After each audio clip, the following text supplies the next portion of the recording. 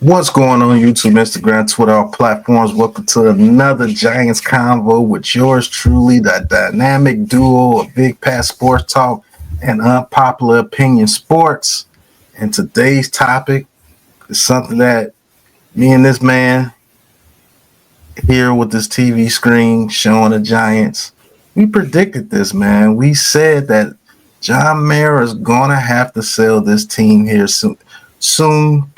And looks like 10% of it came true. John Mara is going to sell 10% of stake in the New York Giants.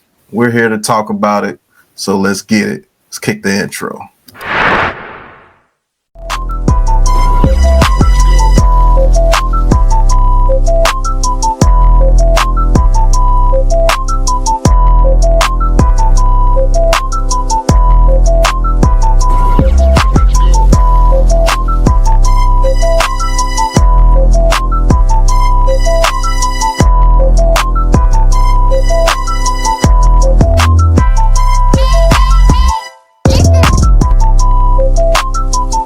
Welcome to Giants Convo.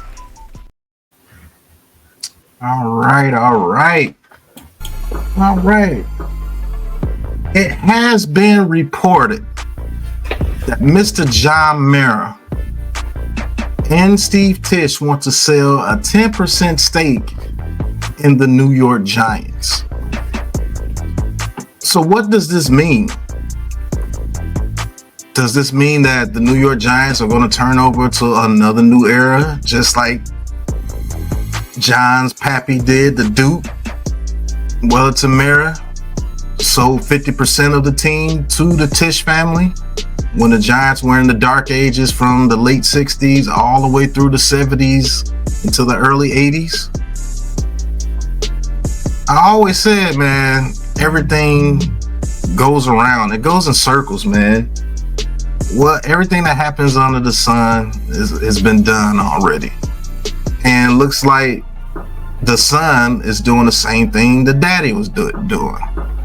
The daddy, they had to hire George Martin when they hired the GM. Mm-hmm. And he brought over, Bill Parcells, and the rest is history. You know what I'm saying? And then, once that history left after the Tom Coughlin firing, we all know John Mara took control. That's when you got Ben McAdoo. That's when you got the firing of, what's our boy, the black GM, Jerry Reese. He was fired. After Jerry Reese, then you get a Dave Gettleman, get a McAdoo, get a Pat Shermer, get a Joe Judge. You get a Joe Shane, get a Brian Daboll.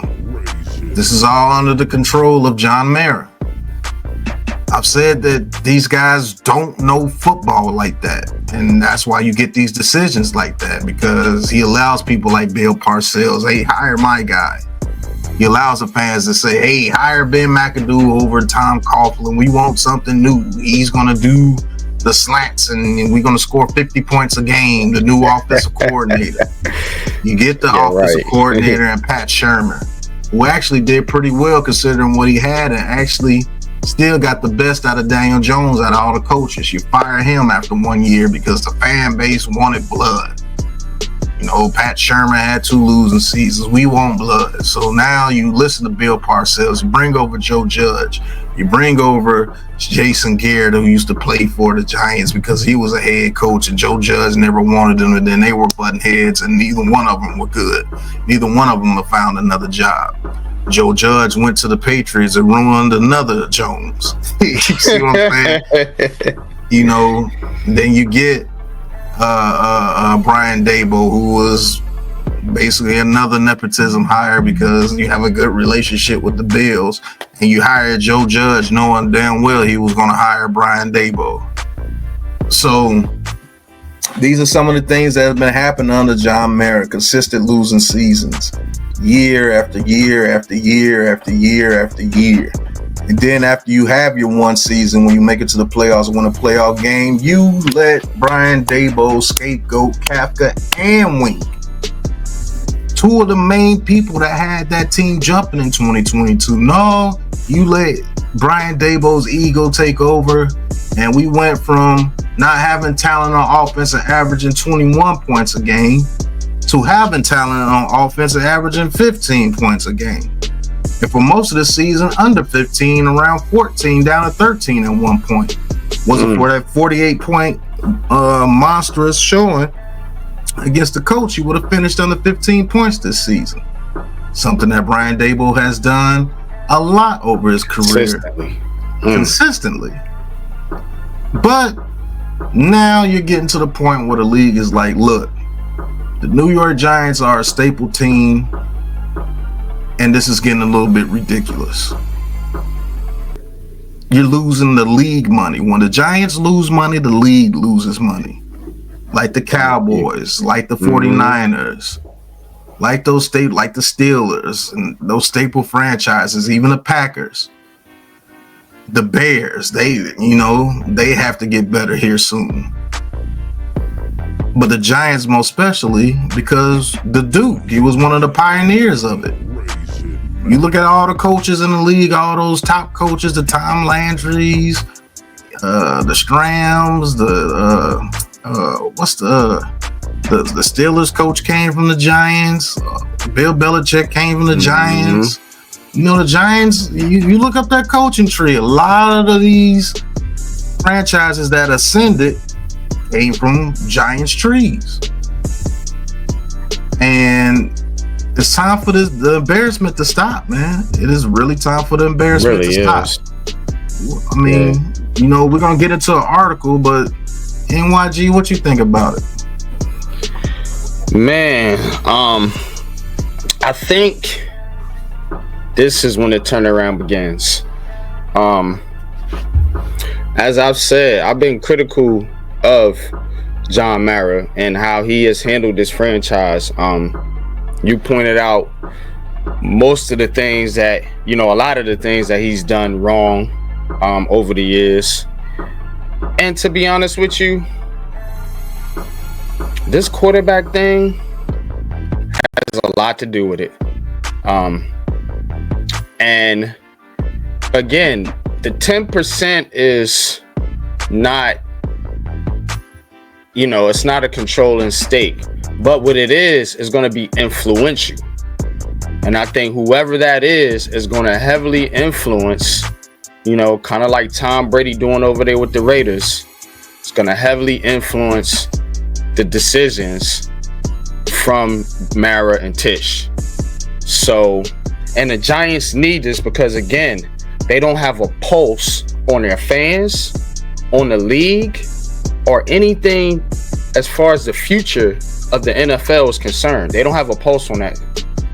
People been saying for years the Giants are stuck in the dark ages in many ways, many different ways. From you not having, a whole lot of color at the head coach and quarterback position, from you, not wanting to prioritize the quarterback position, not building up your lines. You got high ticket prices. Your stadium is junk. You're not progressing as a franchise. The league sees that. Gotta make a change. You gotta make a change. Now, one twist to this. I'm on Popular Opinion Sports. Rumor is Eli Manning could be involved.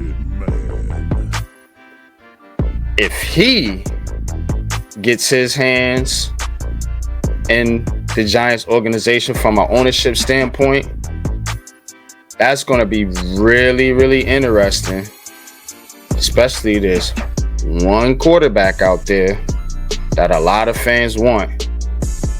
And Eli, with ownership stake, could definitely influence that.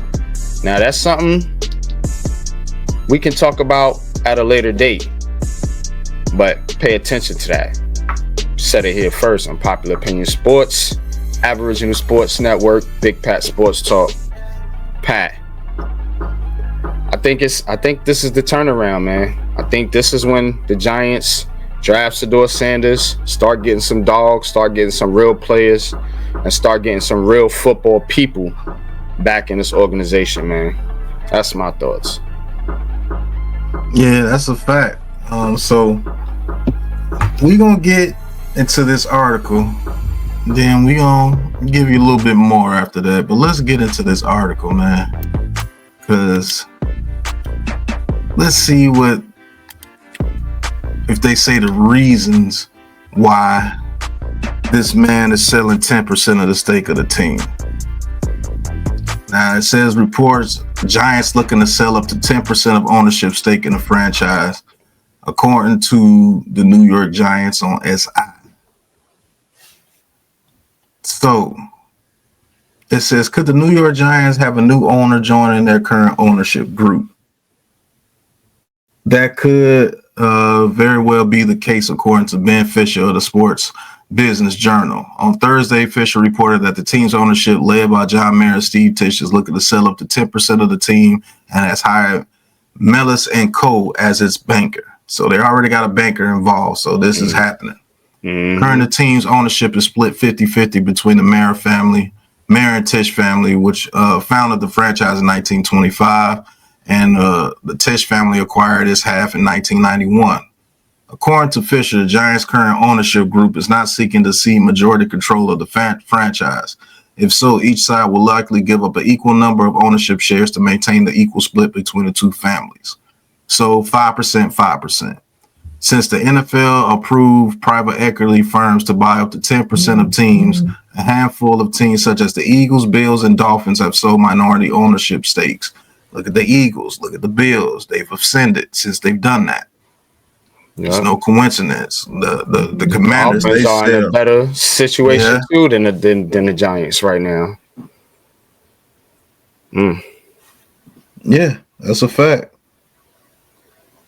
So, Forbes publishes an annual list of most valuable sports franchises. The Giants franchise, as of last August, when the list was published, has an estimate worth of $7.3 billion. So you're going to have to come with at least $1 billion to get a 10% stake in the Giants.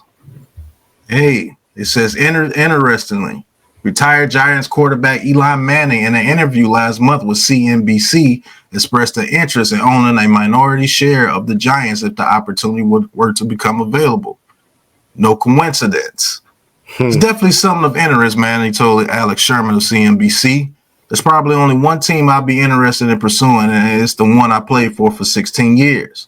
And it's local. It makes the most sense. But we just got to figure out if they will ever sell a little bit or how that might happen for the Giants. If Manning were to emerge as a Giants minority owner, he will follow in the footsteps of retired Patriots legend Tom Brady, who purchased a small share of the Las Vegas Raiders, was approved.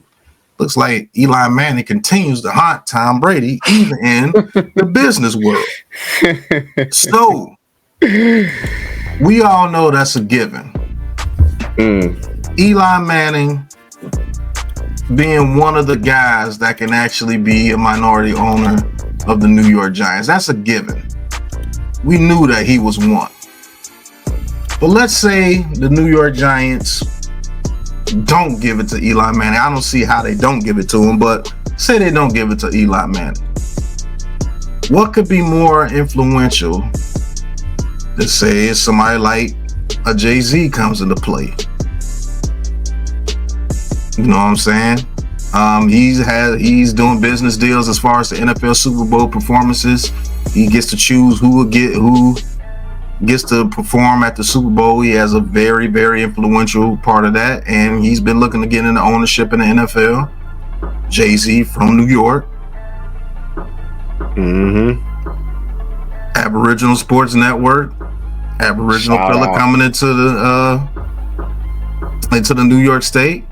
And he definitely will have a lot of influence, and he would definitely be able to have some say-so in that organization, because it doesn't make any sense for you to sell 10% of your organization because you're not losing money. So you're looking for somebody to give this fan base a joke so you don't lose money in the future because they see it happening. This is the only reason why billionaires will actually do this, because these billionaires see that we might lose a couple of billion if we don't get this stuff together. Who better than somebody from New York, somebody Aboriginal, somebody like Jay-Z, who's super influential. You know, he's part of those circles. Let's not be ignorant to the point. He's definitely one. I would have said Diddy would have definitely been one if he didn't get in trouble. He definitely would have been one. Let's say somebody like a Tiger Woods wanted to get into it. Tiger Woods definitely has the pull to be able to do that. Let's say somebody like a Jay-Z, Tiger Woods, Serena Williams. All those top influential Aboriginal people come into play. Be like, hey, we got a bid. And guess what? The only way that can stop it is that they hire Eli, if they take Eli Manning's bid with his people. Because of the situation the Giants are in. People are already saying they are a racist organization. Pay attention. So, if a bunch of Aboriginal people who got the bread to do it themselves be like, hey, you selling 10%? Let us get a part of that. And they tell them no. How does that look against them? So this is their chance. All those big wigs that want to get a part of sports, all those big wig Aboriginal people that want to get part of sports, this is your chance right here in New York. Media capital of the world. What you think about it, NYG? I don't know, man. Shoot. Damn. It's I think that's what they're doing. I think they're trying to rival what the Commanders did in a sense. You know, you get some interest in your fan base, you draft you a new quarterback, you know, with the top pick or one of the top picks, and you start bringing money back to the New York Giants. And that's what this is about. It's a money thing. Always follow the bread. You know what I'm saying? So, like I said, them high tickets, like I mentioned, you know, giving out medium Pepsis to try to satisfy fans, like all that is telling to me. You know, that means you're losing fan interest little by little, and you got to do something about it. So this move here, now it could go two ways. You know, now here's the way it could go. Like you said, with Eli Manning and his group getting involved in purchasing the team, you know, then maybe influencing them to go after Archie or hold off on the quarterback. Because hasn't he said something similar like that he didn't want the Giants to go after quarterback this year, or they might. I don't know if it was Eli. So many Giants people that's been coming out saying things, but I don't think it was Eli. I think he said he needed to get one. Say that's how they feel, though. You know what I mean? That could appease some of the older fans, some of these fans that, you know, feel that they don't want the Giants to go in that direction, feel that Cam Ward and Shedeur Sanders aren't, you know, good enough to be a franchise quarterback. That's how they feel. Their unpopular opinion. But the way it could go too is you could sell to an Aboriginal group, draft Shedeur Sanders or Cam Ward, you know, and start to bring new interests in your fan base. That makes more business sense. Yeah, makes more business sense by a long shot. No, John Mara's going to have to decide, do you want to continue to keep the old money? Because Eli keeps old money in there. Eli keeps old money in there. Absolutely. He keeps old money in there. You might get a bit of new money in there with some fans that are enamored with Eli Manning. But if you want to do it with a shebang bang, like the Commanders did, bringing in Magic Johnson and all them boys. Talk about it. Let me tell you something. There's a couple of people that I didn't mention that could get into this. Stephen A. Smith.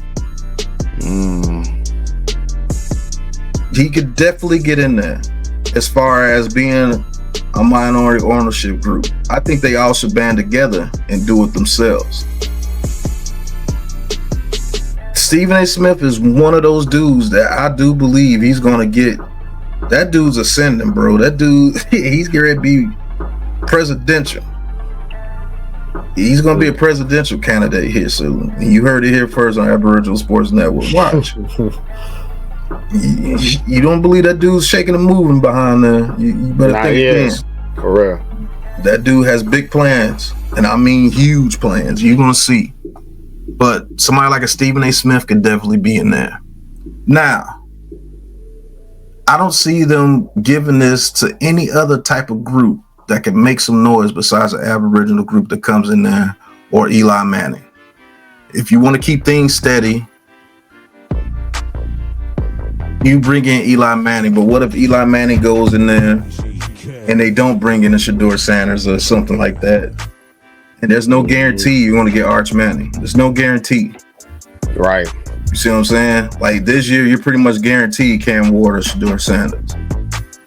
But if they bring in an Aboriginal group to come in, minority group, minority share, they bring in Cam Ward or Shedeur Sanders, that's going to bring a bang for the New York Giants. You're going to get part of fan bases that you've never seen before with the New York Giants. You're going to bring in a whole new revenue that you have never seen. And this franchise will go from 7.3 to 12.5 with that new revenue. You're going to get more culture base of our kind to be like, oh man, these dudes, you know, they allowing us to come in there and have some ownership. Oh, I got to support that. It just makes too much sense. And it allows you to combat against the Eagles. It allows you to combat against the Commanders as far as publicity. That's the first part. And then you just bring a jolt of new energy into your franchise. Now dogs want to come play here. You see what I'm saying? Now people want to play here. Now people are like, yeah, we're New York Giants, man. We represent something different now. It changes the narrative about the whole New York Giants theme of the team just by doing that. So you're going to see more people hitting their chest with the New York Giants. You're going to see more screaming on the field. You're going to see more fans in the stadium. Especially if you get somebody like a Jay-Z or somebody, you know, the pub that he would bring. You know what I'm saying? There's one other guy that I say he's part Aboriginal, if you believe it or not, and that's Derek Jeter. He will be probably a part of something. He will probably form a team and try to be a part of something and get part of it. I think he owns part of the is it the Rays? Something like that. It's either the Mariners or the I know Rays it's the Marlins. Marlins, Miami Marlins. Miami Marlins, that's what it is. Yeah. You know what I'm saying? So, you know, he already got a crew to put something together. But I don't see how it helps you to sell 10% of the state and bring in somebody that's basically just like you. No, you do that, you got to bring something different in there. Yeah. And this is not saying you got to let them come over and just take over everything. No, just that alone changes things. That influence. Yeah, and that's all I was saying. Like the influence, think about it. They're not going to have control and ownership. It's 10%. They're there as a figurehead to bring in interest. It's what Jay-Z did for the Nets. Then he sold part of his ownership. He bought them to Brooklyn, got them hyped up, and sold, you know, they made them trades and all that. Bought all the people in there. Then he get Durant, Harden, and Kyrie Irving at the same time. You see what I'm saying? You know what I'm saying? When he did that. Now, it didn't work out because I don't think those three dudes are championship caliber players by themselves. And you put them together, they're still not championship caliber. They're showing it throughout their whole careers. But if you bring in somebody like that, maybe you can get A.T. Higgins to be like, whoa, okay. Maybe I'll take 28 million from you and don't command 32 million. You might be able to be. You might be, hey, we can shake and move. Give us DK Metcalf for a 4th round pick now. The price of the Giants just went up. You see what I'm saying? Maybe this helps these fans to get over the whole Saquon Barkley saga. The whole Daniel Jones saga. Talk about that for a second. Because, and I know it's a little bit of a long video, but Saquon Barkley winning that Super Bowl, I'm telling you, they got to come back from that. Yeah, what I'm saying? You're at rock bottom now. You got to come back from that. So you got to make a splash. I promise you. They're talking about it behind closed doors. What can we do? That's why they came to this decision. What can we do to make a splash? You kill 2 birds with one stone. You bring in that Aboriginal group, and they bring in Shedeur Sanders. You kill the whole Saquon Barkley saga. You kill the whole Daniel Jones saga. Right. And guess what? Think about this. If you bring in a Jay-Z or Derek Jeter or somebody, with some high class like that, you get in that pub, and you draft Shedeur, Dion and they camp already ready to move. Yeah. I'm telling you. Kill all those narratives with that move right there. You got Primetime behind you. You got whoever the Aboriginal group behind you. You got Shedeur Sanders behind you. And guess what? They're going to spend money. Yeah. You know what I'm saying? They're going to open up their wallets because now you got somebody that got 10% that can write some checks. Facts. And they're going to spend like crazy. And guess what? Tish gets to go back to Hollywood. And John Mayer gets to go back into the shadows. And now you can put the onus on those guys because I know you're going to do it. So if it goes bad, you're going to put it on them. If it goes good, you're going to show up. Take most of the credit for that. But if it goes all wrong, one speaking and talking most of the time, you know what I'm saying? When the ownership's, John Mayer do his little speeches here and there, but you're going to see somebody like a Jay-Z doing a whole bunch of publicity like Magic Johnson did. Then when the real stuff got started, Magic Johnson. You know what I'm saying? That's what's going to happen, man. Yeah. And guess what? You get to put all those sagas behind you. The Brian Flores, the Brian Dabo, the Joe Shane, the Saquon Barkley, the Daniel Jones, the Xavier McKinney's. Yep. All that. This is going back since John Brown. Remember him? Yeah. You know what I'm saying? Away, man. Beckham traded. Yeah, the Odell Beckham. Marks. All that goes away. Guess what? The Odell Beckhams are going to come back. They're going to be on the sidelines. Those guys are going to come back. Not as players, but as people that'll be supporters because you sold 10% to Aboriginals. One easy move. So you went from having 3.6 billion to maybe 6.1 billion a piece now. With them getting 2 billion out of it. You see what I'm saying? You get you about $1.5 billion more. Let's just say both of them at 5 and the Aboriginal people at 3, and it probably doubles. It's probably gonna double their worth. Especially if they keep them around like 5 years, it's gonna double the New York Giants. And they win, especially if they win. You win with Shedeur. Man, this video will be 50 minutes long if I get in really. I don't want to get into it. But we just keep it real over here with the Aboriginal Sports Network, and I don't care if you don't like what I just said. I know there's some people out there that are gonna be like, "Oh my God, Aboriginal people owning the New York Giants." Like, look, that 10% means a whole lot to a whole lot of people out there, and it's gonna bring a whole lot new revenue to your franchise. And it doesn't matter about color, because the only color that matters to billionaires is green. That's a fact. It's 100. That's 100. You could bring that green color to my platform. What's good? I promise you that's what it is. We at least gonna have a conversation. That's a fact.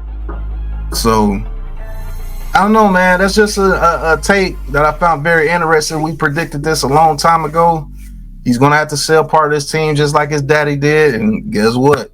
He's selling part of the team. Looks like these two old birds here know a little bit something about business, man.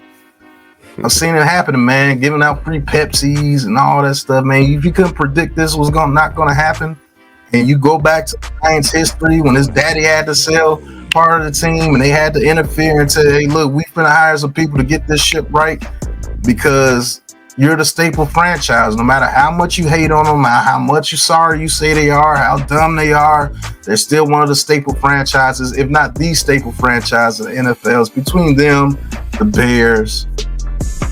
You know what I'm saying? They've done a whole lot more than the Bears. That's why I give them more pub than the Bears. The Browns done a whole lot more than them. The Lions done a whole lot more than them. The Steelers, you could say Green the Steelers. Bay, Packers. Green Bay, you can get Green Bay in there. But the Giants are right there. And you know the acumen of Jerry Jones put Dallas at the top. So it is what it is. But John Mara selling 10% of the New York Giants to whoever wants to come and get those Giants. I'm saying this is either going to be a minority group, Aboriginal group, or it's going to be Eli Manning. That's the only two choices you really have. I agree. I totally agree.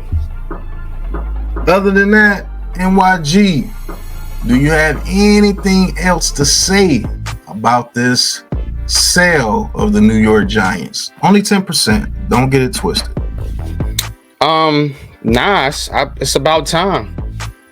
I mean, it's about time. I hope they do the right thing and bring in somebody that's going to at least do the right thing business-wise. We told you what makes sense business-wise. So, I mean, and I think that's why they're doing it. You know, say what you want about John Mara and some of these owners. They not dumb business owners. Otherwise, they wouldn't have NFL franchises. So, but that's all I got to say, brother. All right, man. This has been Giants Convo. John Mara, just like your daddy, boy. Apple fall far from the tree. I knew it was coming. But to the next Giants Convo, y'all know what it is, man. Peace. Holla.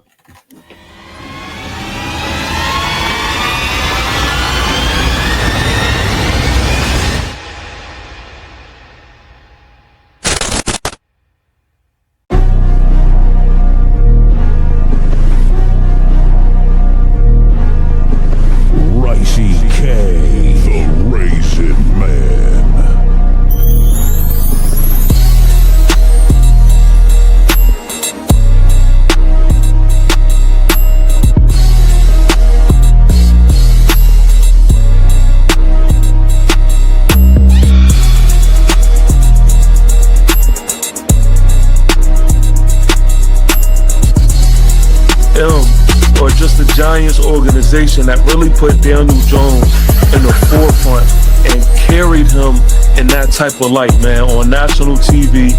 $223. The suspension also opens the door for the Texans to release Al-Shahir. Then in 1976, guess who was hired? Spans. This is where preference plays the biggest. I'm gonna have to knock this down and get the oohs and ahs of Houston.